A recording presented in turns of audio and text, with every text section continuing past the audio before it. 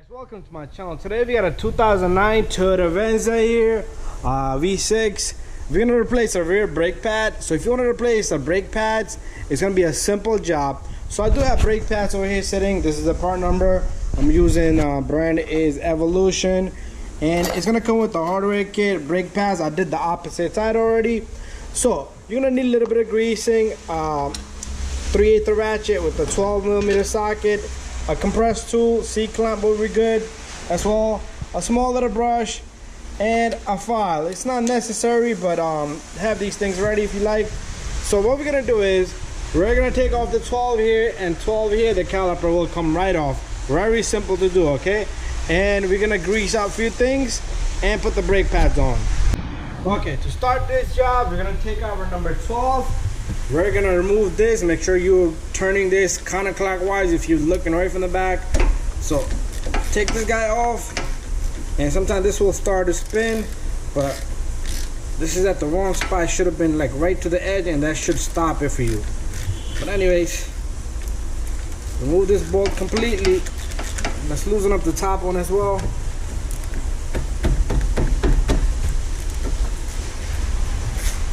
All right, so this comes off,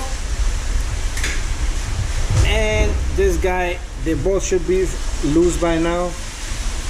If they're not loose, just keep going with your ratchet. So both of these are gonna come off, and after that you should be able to remove your caliper. Okay, very simple. Put it on the top and take off this brake pad, take off this brake pad. That comes off. Very simple. Anyways, we're gonna bring the camera up next. We're gonna look from right down here a little bit. So our next step would be to pull this guy off, and you can get a flathead screwdriver or use your file here. And this bracket, the hardware kit, should come off. So what you want to do is you want to clean the surface a little bit, right where the hardware kit was sitting at, and remove both of them. And I also like to take this wire brush and wire brush everything here very gently. If you could get a smaller wire brush, that's even better, but this is good enough. Anyways, we got this guy nice and clean. I'm gonna go get a little bit of brake cleaner and we're gonna spray this down. So if you get a little bit of brake cleaner, parts cleaner, that's what we're using right here. Just spray this down a little bit. And then it comes to the time where we're gonna install our new hardware kit. And this thing should just sit flush right in the center. Sometimes if you get one side too far to the other side won't come. So you're gonna have to make sure both sides are perfectly aligned. There you go.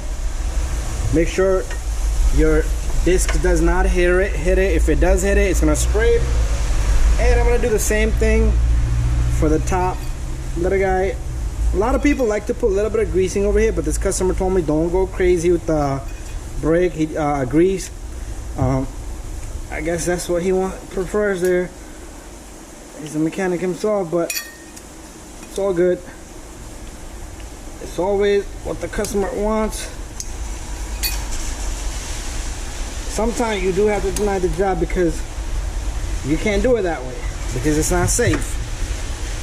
But I told them if you get a noise or anything like that, don't blame me. Also, I like to put a little bit of greasing right here and a little bit of greasing right here or over here so the brake pad can travel back and forth. So one with the sensor go on the inside, and what I like to do is I like to keep this sensor on the bottom so when the brake pads are finished it will hit that and it will scrape. It will make a different type of noise when you go to reverse a little bit. Okay, so I need to fix up my hardware a little bit on this side. It's not sitting flush. There you go. So what you want to do is you're going to take your brake pad and stick it in there.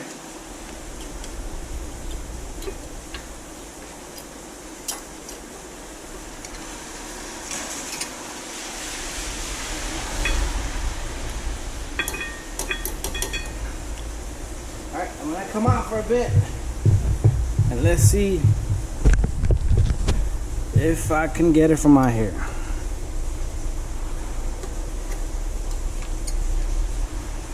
There you go.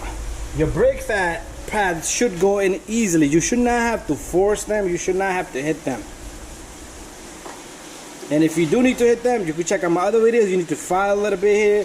That's the reason why we had the file already. You see how my brake pad go in with one finger. If you need to hit it, tap it, not a good idea. Anyways, next step up, we're gonna put greasing. I am definitely gonna put greasing. I told the customer right here, I like to put it here so the caliper can grip really well. Also, you wanna pull out your sliding pins. I am gonna go get a small rag. So pull this guy out. You wanna clean this off. What I like to do is put grease on this guy and stick it back. I'm gonna explain to you why the customer did not want greasing in the points where I was preferring to put. Okay, let's pull out the second one, clean out the old grease, and notice this guy has a rubber boot, so make sure you keep it in the same position. And we're gonna put greasing on this guy as well. And we're gonna stick this guy right back in there. And now we're gonna move up the camera a little bit so you can see the caliper here. So we want to compress this caliper. What I like to do is, what you should be doing is put your old brake pad here, take your clamp, C-clamp, and squeeze it. But I got this tool here. A lot of times you will not see me use a brake pad because I have this perfect spot with this, like I can't even get this guy in. So I'm gonna just do it without it. Because you see how it's just round, it's just like a perfect size. So we're gonna squeeze this guy, squeeze, squeeze, squeeze, squeeze, and the caliper should be in flush. Next step, we're gonna go look back down.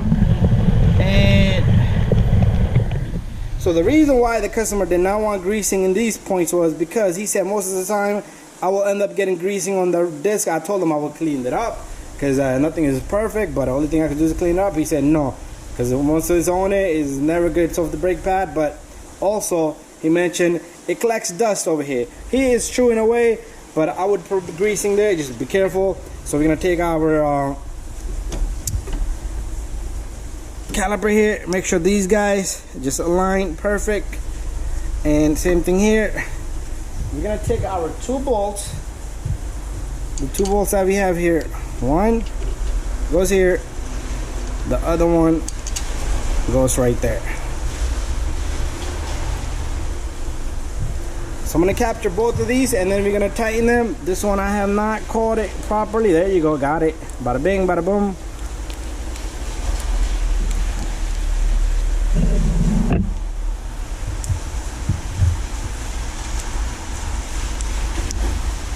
And then if you want to torque it, you can torque it.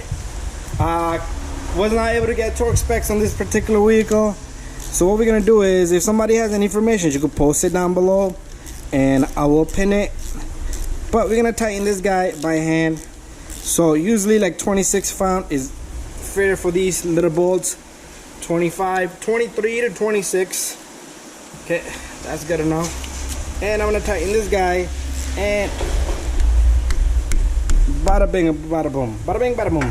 Turn your brake discs so the hardware kit is not touching anywhere. Anyways, thank you for watching. I'll see you guys on the next one.